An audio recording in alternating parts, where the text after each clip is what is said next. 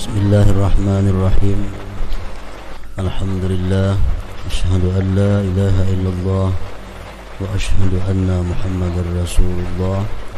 Allahumma salli wa sallim wa barik ala sayyidina Muhammad wa ala alihi wa sahbihi wa man tabi'a hudah, amma ba'd. Yang kita hormati dan kita cintai para habaib, para alim ulama, para muhibbin, hadirin dan hadirat rahimakumullah. Puji syukur selalu kita haturkan kehadirat Allah Subhanahu wa taala atas limpahan anugerah yang tak terhingga kepada kita semua. Dan pula salawat dan salam tidak lupa kita haturkan kepada junjungan kita Nabi besar Muhammad sallallahu alaihi wasallam, juga kepada seluruh keluarga, para sahabat, para zuriat dan pengikut beliau ila yaumil akhir. As-suratu salisah min surahil Quran, suratu Ali Imran. Kemudian sesudah kita membicarakan surat Al-Fatihah dan sebagian daripada surat Al-Baqarah, yang ketiga surat dalam Al-Quran adalah surat Ali Imran. Madaniyatun, surat Ali Imran itu diturunkan kepada Rasulullah sallallahu alaihi wasallam sesudah beliau hijrah. Ayatuha mi'atani, ayatnya surat Ali Imran itu 200 ayat. Mengenai surat Ali Imran ini Rasulullah sallallahu alaihi wasallam bersabda, "Man qara'a surah allati yuzkaru fiha Alu Imran yaumal jumu'ah sallallahu alaihi wa malaikatuhu hatta taghibas syams," rawahu Tabarani. Rasulullah bersabda, barang siapa yang membaca surah Ali Imran pada hari Jumat, maka Allah memberikan salawat kepadanya, begitu pula malaikat, sehingga tenggelam matahari. Jadi mulai pagi sampai sore kita berada di dalam salawat Allah, kita berada dalam salawatnya para malaikat kalau kita pada hari itu membaca surat Ali Imran. Rasulullah bersabda lagi tentang surat Ali Imran ini, "Man qara'a ala Imran fahuwa ghaniyun," rawahu Darimi. Barang siapa yang membaca Ali Imran, maka dia menjadi orang yang kaya, menjadi orang yang kaya. Rawahu Darimi. Para muhibbin rahimakumullah, setiap nama surah itu ada mengandung sesuatu cerita yang bersangkutan dengannya, sebab-sebabnya. Yang pertama kita sudah tahu dalam Al-Quran itu ada surat Al-Fatihah, artinya pembuka. Dinamai itu surat Fatihah karena diletakkan nomor 1, surat pembuka Al-Quran. Kemudian kita pula mengetahui surat Al-Baqarah, dinamakan itu surat yang kedua, surat Al-Baqarah, karena di dalam surat itu ada tentang cerita sapi Baqarah. Nah, di sini pun demikian, surat yang nomor 3 dalam Al-Quran adalah surat Ali Imran. Ali Imran artinya keluarga Imran, keluarganya Imran.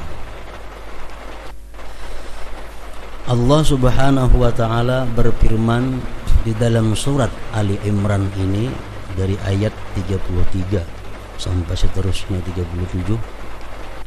Innallaha astafa Adama wa Nuha wa ala Ibrahim wa ala Imrana 'alal alamin.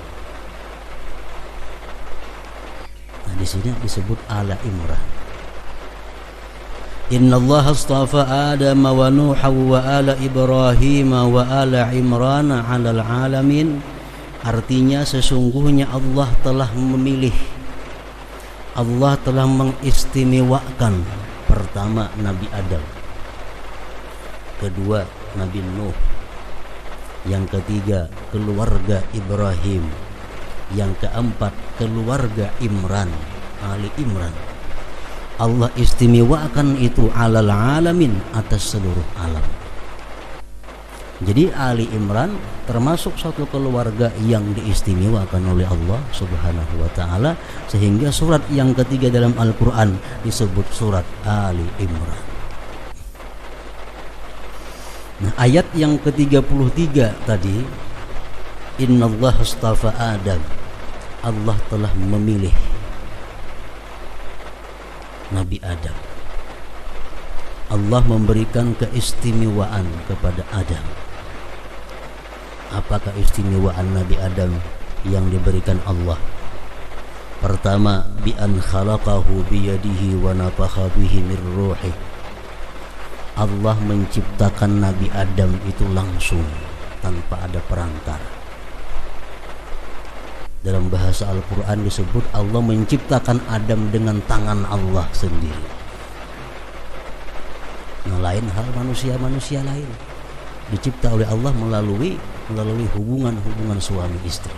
Kalau Adam tidak, Allah ciptakan langsung dengan kudratnya Allah Subhanahu wa taala. Pertama itu. Yang kedua, Allah mengistimewakan Nabi Adam, wa asjada lahu malaikatahu. Allah perintahkan seluruh malaikat menghormati Nabi Adam. Allah memerintahkan malaikat sujud kepada Nabi Adam. Yang ketiga, wa 'allamahu asma kulli syai'. Allah mengajari Nabi Adam nama segala sesuatu. Nama segala sesuatu diberitahu Allah kepada Nabi Adam. Wa askanahul jannah, dan Allah menempatkan Nabi Adam itu di dalam surga. Manusia pertama yang menghuni surga adalah Nabi Adam alaihissalam. Wa zawwajahu bi Hawa fiha, dan Allah mengawinkan Nabi Adam dengan Hawa di surga. Manusia pertama yang kawin di dalam surga adalah Nabi Adam. Ini keistimewaan istafa Adam. Allah memuliakan, mengistimewakan Nabi Adam dengan keistimewaan tadi. Summa ahbatahu ilal ardh, kemudian Allah menurunkan Nabi Adam ke bumi. Dari surga Nabi Adam diturunkan ke bumi. Lihikamin, karena ada rahasia-rahasia yang diketahui oleh Allah Subhanahu wa taala. Para muhibbin rahimakumullah.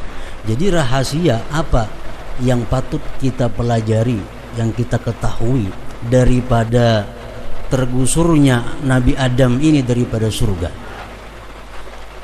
Pelajaran apa yang kita ambil daripada peristiwa Nabi Adam itu diturunkan dari surga ke bumi ini?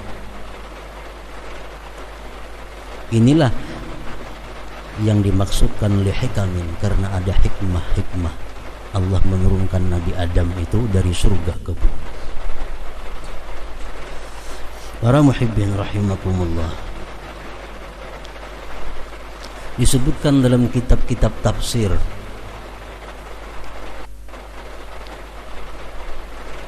bahwa Nabi Adam itu diturunkan ke bumi dari surga karena memakan buah yang dilarang. Kenapa Adam memakan buah yang dilarang itu? Adam ditanya, kenapa engkau memakan buah yang sudah kularang itu, kata Allah. Adam menjawab, amaratni Hawa, aku diperintahkan oleh Hawa, bininya Siti Hawa. Ya Allah, aku makan itu buah karena aku diperintah oleh Hawa. Limutawa'ati Hawa, karena aku mentaati istriku Hawa. Karena aku mentaati istriku Hawa. Sedangkan Hawa, kenapa Hawa makan buah yang terlarang itu? Li'annaha la taqna'u bima abahallahu laha fil jannah. Karena Hawa ini tidak puas dengan apa-apa yang dibolehkan Allah di dalam surga itu. Itu salah satu di antara hikmahnya. Dalam surga mungkin pohon-pohon buah-buah kada terhitung, buah-buah yang lezat, buah-buah yang nikmat kada terhingga. Semuanya itu dibolehkan memakannya Adam dan Hawa ini, kecuali hanya satu buah, hanya satu batang pohon yang buahnya kada boleh dimakan. Ibaratnya di kampung kita ada 1.000.000 batang pohon, 1.000.000 macam buah, kita boleh memakan, hanya ada satu yang kada boleh memakan. Nah, Hawa kada puas, padahal sudah bermacam-macam buah yang dibolehkan, tapi Hawa kada puas kalau kada merasai sebuting nang dilarang itu nang apa? Ngarannya tamak. Kada puas dengan yang diberikan Allah, ngarannya adalah tamak. Kalau kita merasa cukup terhadap apa yang diberi Allah, ngarannya qanaah. Nah, jadi Hawa ini tamak. Dan Hawa ini menyuruh Adam memakan itu juga. Adam karena sayang lawan bininya, karena sayang dengan Hawa, Adam mentaati apa kata Hawa, memakan buah itu. Akhirnya kedua-duanya diturunkan oleh Allah Subhanahu wa taala. Nah, para muhibbin rahimakumullah, dari cerita sedikit itu dapat kita ambil satu kesimpulan, bahwa surga tempat yang indah, surga tempat yang serba ada, surga tempat yang mewah. Sedangkan bumi tempat yang kotor, bumi tempatnya bala, bumi tempatnya bencana. Adam dari tempat yang begitu indah turun kepada tempat yang sangat rendah, bumi ini. Kenapa sebabnya? Iya tadi, pertama karena Hawa tidak qanaah atau karena Hawa tamak. Yang kedua karena Adam ini mentaati apa yang diminta oleh Hawa. Nah, para muhibbin rahimakumullah, jadi dalam kehidupan kita sehari-hari ini, kita akan menjadi susah, kita akan menjadi payah, kita tidak akan merasakan satu kebahagiaan hidup kalau kita bersifat tamak. Kalau kita bersifat tamak, contohnya ya Hawa tadi, karena dia bersifat tamak, akhirnya gugur ke bumi. Nah, itu juga demikian pula halnya kita, kalau kita bersifat tamak, kita selalu tidak cukup dengan apa yang diberikan Allah, kita hidup akan susah. Kita kada akan menemukan kebahagiaan, kada akan menemukan ketenangan di dalam dunia ini. Nah, sifat tamak inilah yang menarik seseorang, yang menarik membawa seseorang melanggar undang-undang Allah Subhanahu wa taala. Orang yang bersifat tamak ini mau menipu ujungnya apa? Penjara, sengsara. Orang yang bersifat tamak ini mau mencari harta siang malam, hujan panas, akhirnya awak uyuh, penyakit kuning, sengsara. Akibat tamak.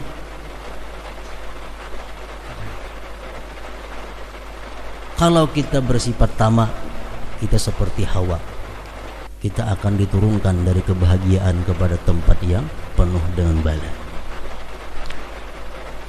Yang kedua, Nabi Adam orang yang terhormat, Nabi Adam orang yang mulia, dia pun ikut diturunkan ke bumi. Karena apa? Karena dia mentaati suruhan perintah istrinya.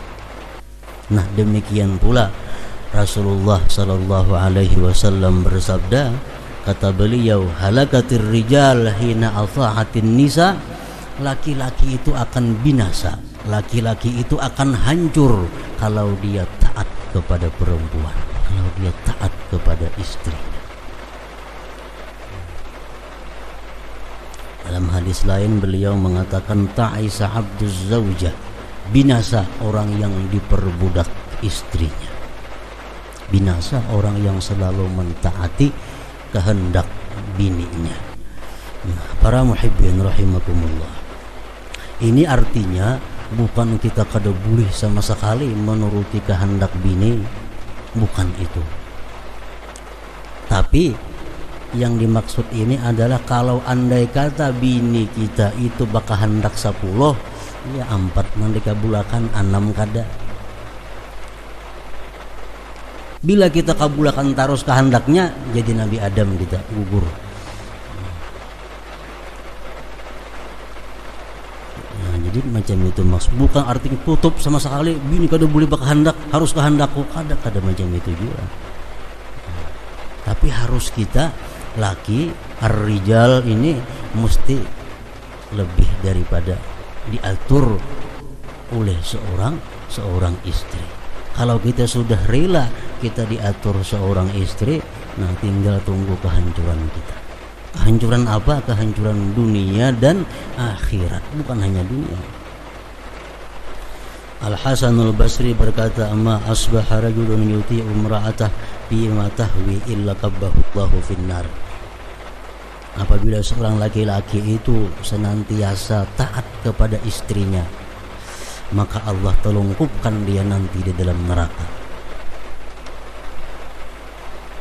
Nah, jadi artinya ini satu bukti, satu contoh bagaimana orang yang taat dan patuh kepada istrinya Nabi Adam. Nah, kita sebagaimana orang yang belajar dari satu kejadian, Allah membuat demikian contoh kepada kita untuk dijadikan pelajaran. Jangan sekali-kali kita selalu mentaati apa yang diminta, apa yang disarankan oleh istri kita demi keselamatan kita dunia dan akhirat.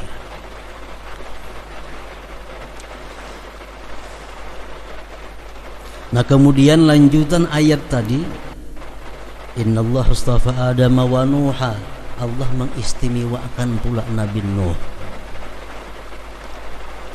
Apa Nabi Nuh ni istimewanya? Bi annahu awwalu rasulin fil ard. Nabi Nuh itu merupakan rasul yang pertama di muka bumi. Rasul pertama itu Nabi Nuh, yang paling panjang umur Nabi Nuh. Wastafa ala Ibrahim, dan Allah memilih pula keluarga Nabi Ibrahim, bi anna aktsaral anbiya, bahwa kebanyakan para nabi, min dzurriyyatihi, dari zuriat Nabi Ibrahim, la siyama sayyidul anbiya Muhammad Rasulullah sallallahu alaihi wasallam, terutama nabi kita sallallahu alaihi wasallam. Allah memilih mengutamakan Ibrahim dengan bahwa kebanyakan nabi-nabi itu dari Ibrahim, termasuk junjungan kita Rasulullah SAW berasal daripada zurriyat Nabi Ibrahim alaihissalam. Wa ala Imran, dan kemudian Allah memilih ala Imran, keluarga Imran. Imran ini seorang laki-laki yang ahli ibadah, laki-laki yang saleh, tokoh kaumnya, punya istri namanya Hannah. Menurut pendapat jumhur ulama, Imran dan Hannah ini punya anak yang pertama namanya Asya. Asya ini diambil bini oleh Nabi Zakaria. Lahir Nabi Yahya. Anaknya ini Imran, perempuan Asya, kawin dengan Nabi Zakaria, beranak Yahya, Nabiullah alaihissalam. Kemudian beranak yang kedua si Hannah ini ngarannya Maryam. Maryam melahirkan Nabi Isa alaihissalam. Jadi Imran ini orang yang luar biasa. Punya menantu ada Nabi, punya cucu ada Nabi. Nah, makanya disebut samuan tadi ala Imran. Allah memilih keluarga Imran itu alal alamin, atas sekalian.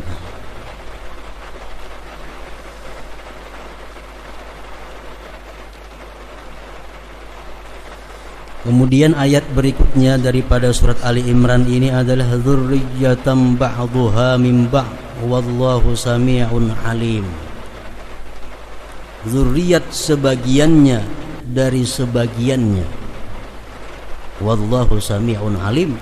Allah Maha mengetahui, mendengar dan Maha mengetahui. Maksudnya zuriat sebagian dari sebagian itu adalah para nabi. Para nabi itu zuriatnya tak putar-putar ya jadi satu.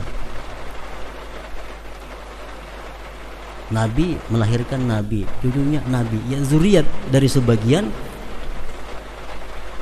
Contohnya Nabi Nuh alaihi salam. Nabi Nuh ini kalau disusur ke atas Idris, Nabi Idris. Nabi Idris disasar lagi ke atas Nabi Sis. Ada Nabi Sis. Sis ini anak Nabi Adam alaihi salam. Nah, itu zuriat. Ibrahim, Nabi Ibrahim kalau silsilahnya diurut ke atas sampainya kepada Nabi Nuh. Nuh sampai kepada selanjutnya tadi. Kemudian lagi Nabi Musa.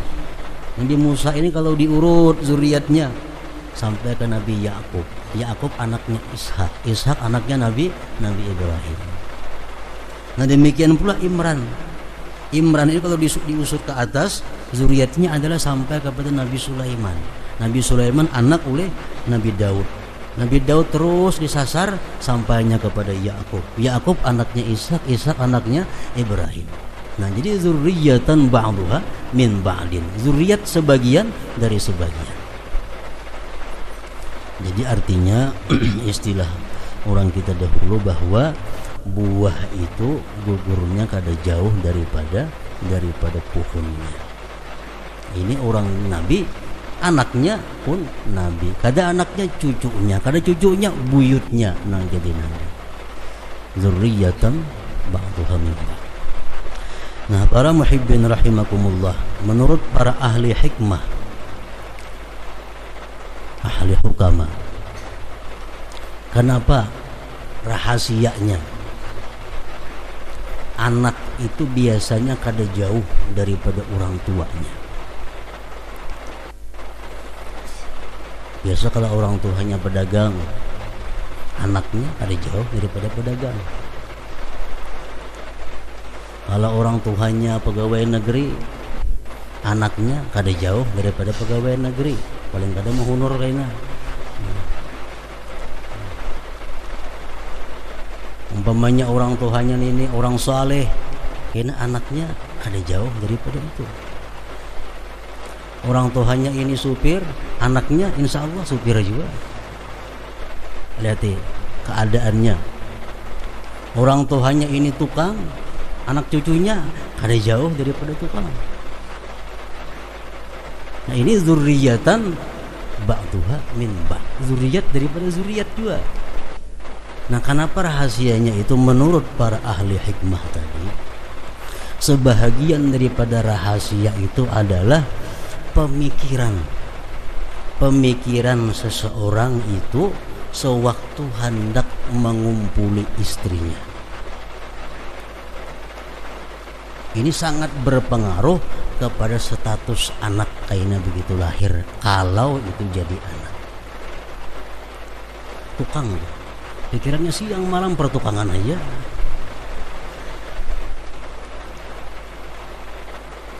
Nah, sampai anak berkumpul mikirkan pertukangan aja, kayaknya anaknya otomatis. Orang pedagang siang malam di otak itu dagang, siang mau langganan, malam mau hitung duitnya, anak guring mikirkan perdagangan, kayaknya anaknya otomatis. Nah salah satu sebabnya adalah pikiran waktu hendak mengumpuli bini itu, kalau jadi anak kada jauh anak daripada itu. Nah orang-orang nang saleh, orang-orang nang ahli ibadah, nang beramal hajainya, nak mengumpuli bini pun sahabat saja beramal, anaknya kan tentu jadi ahli ibadah. Orang macam itulah zurriyatan ba'dhuha min ba'din. Nah jadi para nabi tadi, kalau zuriatnya para nabi itu ada aneh. Dan mereka disibukkan sehari-harinya dengan tugas nubuwah, dengan tugas kenabian.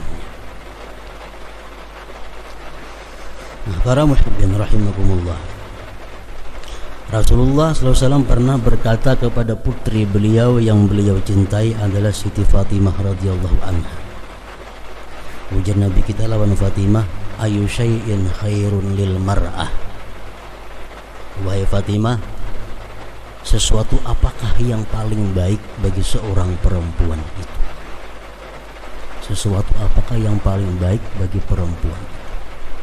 Fatimah menjawab, qalat la tara rajula wa la yaraha rajulun.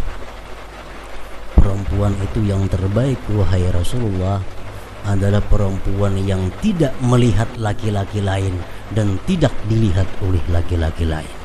Begitu mendengar jawaban itu, Rasulullah memeluk kepada Fatimah dan berkata, dzurriyyatan ba'duha min ba'din. Nah, ini artinya apa? Orang nang harat melahirkan anak yang harat juga. Dzurriyyatan ba'duha min ba'din. Kemudian ayat berikutnya, wa idz qalat imra'atu Imran rabbi inni nadartu laka ma fi batni muharrara fataqabbal minni innaka antas samiul alim.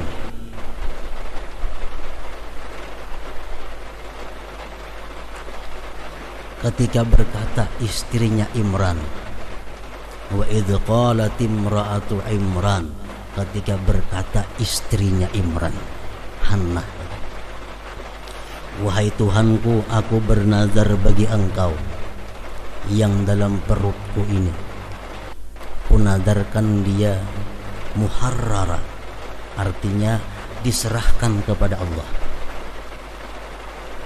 maka terimalah daripadaku, sesungguhnya engkau maha mendengar dan maha mengetahui. Jadi Imran lawan bininya ini, waktu bininya belum lagi hamil, sudah berunding lagi bini. Kita amun yakina anaknya kita serahkan kepada Allah, artinya kadang mengambil keuntungan lawan anak, kita serahkan kepada Allah. Anak ini kita berikan kepada Masjidil Aqsa. Nah, setelah itu berkumpul Imran lawan Hannah ini. Beberapa saat Imran wafat, Hannah mengandung. Nah, waktu kandungannya itu, dalam waktu mengandung itulah Hannah ini mengulang nazar bersama suaminya dahulu. Inni nazartu laka ma fi batni muharrara fataqabbal minni innaka antas samiul alim. Jadi bernazar ini kada berlaku untuk syariat Nabi Muhammad SAW. Ini syariat Nabi dahulu. Kalau wahana kada boleh kita bernazar dalam parut yang anak diberiakan, itu kada boleh. Tapi kalau syariat dahulu itu dibenarkan. Nah, jadi Imran lawan Hannah ini waktu hendak berkumpul, dia sudah berniat bahwa anak yang andai kata ini jadi anaknya akan diberikan kepada Allah.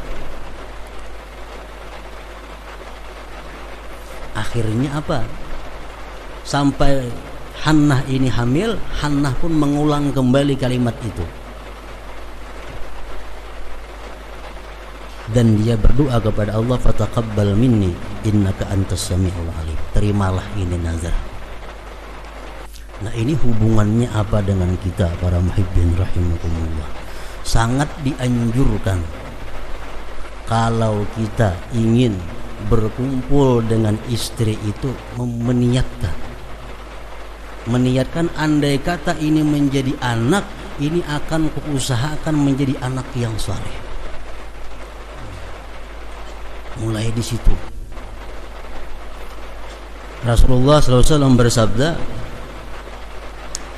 innar rajula la yujami'u ahlahu fa yuktabu lahu bi jima'i ajru waladin zakarin qatala fi sabilillah faqutila.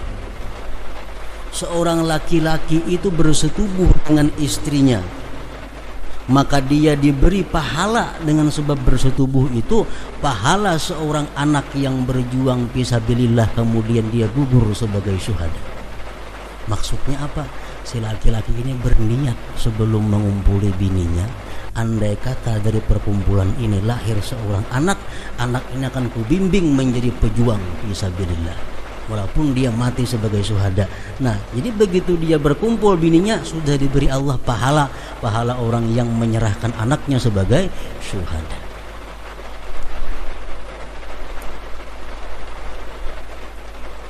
Jadi mulai sebelum menjadi anak sudah dididik untuk menjadi anak yang saleh. Mulai niatnya di situ. Falamma wada'atha qalat rabbi inni wada'tuha untha wallahu a'lamu bima wada'at wa laysa adh-dhakaru kal untha wa inni sammaytuha maryama wa inni u'idzuha bika wa dhurriyyataha minasy syaithanir rajim. Begitu Hannah istri Imran tadi melahirkan, ternyata lahir perempuan. Padahal kehendak hati ini laki-laki mestinya anak nih, karena pajang diberikan lawan Allah, pajang diberikan kepada Masjidil Aqsa untuk menjadi kaum di Masjidil Aqsa. Falamma wada'atha qalat rabbi inni wada'tuha unsa.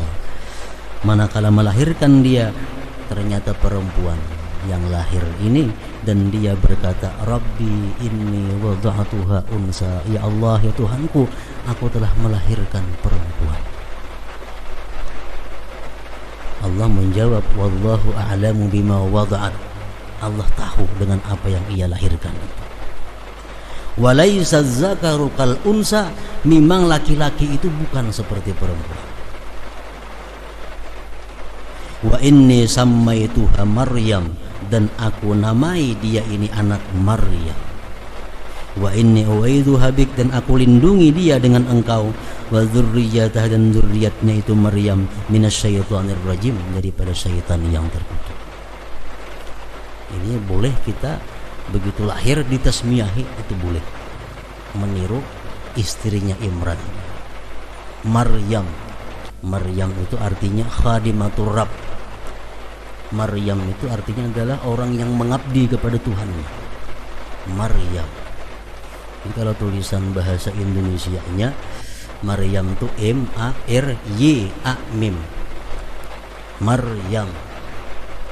Itu maka memang artinya khadimatur Rabb, pengabdi Tuhan. Maryam.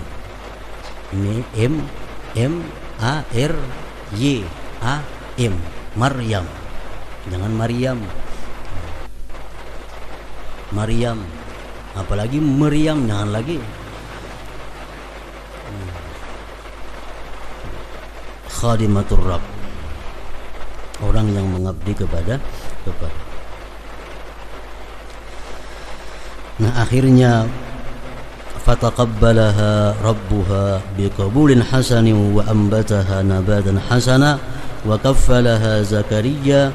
Kullama dakhala 'alayha Zakaria al-mihrab wajada 'indaha rizqa qala ya Maryam anna laki hadha qalat huwa min 'indillah innallaha yarzuqu man yasha'u bighairi hisab.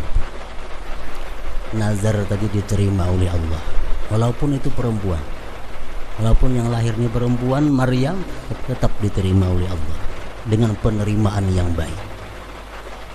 Allah tumbuhkan dia pertumbuhan yang baik, Maryam tadi, dan mengkafil memelihara akan Maryam itu adalah Zakaria, ipar. Manakala masuk atas Maryam itu Zakaria ke mihrab. Jadi Maryam ini diletakkan menazar sudah untuk memelihara Masjidil Aqsa. Jadi dia guringnya di Masjidil Aqsa, diulahkan kamar di sana, dikunci, kada boleh masuk selain Zakaria. Kalau orang sudah habisan beribadah di sana, Maryam membersihkan masjid itu. Nabi Zakaria mengantari makanan, mengantari minuman ke kamarnya Maryam itu. Kullama dakhala 'alaiha Zakaria al-mihrab, manakala Zakaria ini masuk ke kamarnya Maryam mihrab, wajada indaha rizqa. Ternyata di situ ada rizki. Ada macam-macam buah-buahan, ada macam-macam makanan yang mestinya kadada pada musim itu ada. Qala ya Maryam anna laki hadha. Ya Zakaria, wahai Maryam, dari mana datangnya ini? Siapa nama atar ini?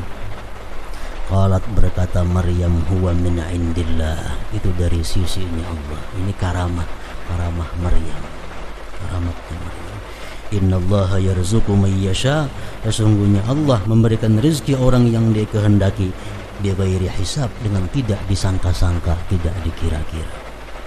Nah, para muhibbin rahimakumullah, ini pernah terjadi kepada Rasulullah sallallahu alaihi wasallam.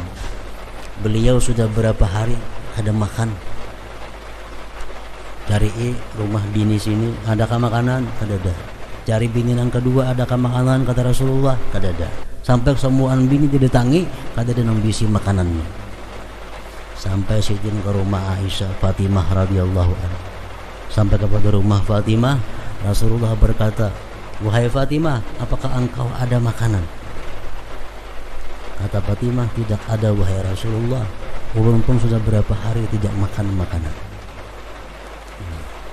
Kemudian Rasulullah berkata kepada Fatimah, coba buka itu apa dalam bejana itu. Nah, begitu dibuka oleh Fatimah, dalam bejana ternyata ada roti, ada daging, ada macam-macam makanan. Nah, kata Rasulullah, dari mana engkau ini hai Fatimah makanan ini? Fatimah menjawab seperti jawaban Maryam tadi. Qalat huwa min indillah, innallaha yarzuqu may yasha bighairi hisab. Nah, kalau ini jawab Fatimah, ada tahu juga ini dari Allah. Innallaha yarzuqu may yasha bighairi hisab. Para muhibbin rahimakumullah, maka demikianlah sekilas tentang sebab nama surat yang ketiga ini dinamai dengan Ali Imran tadi, karena ada sedikit tentang kisah keluarga Imran. Mudah-mudahan Allah Subhanahu wa taala memberikan kita hidayah, petunjuk, sehingga kita bisa mengambil pelajaran hikmah daripada kejadian-kejadian yang tersebut tadi. Ila hadratin Nabi sallallahu alaihi wasallam. Al-Fatihah.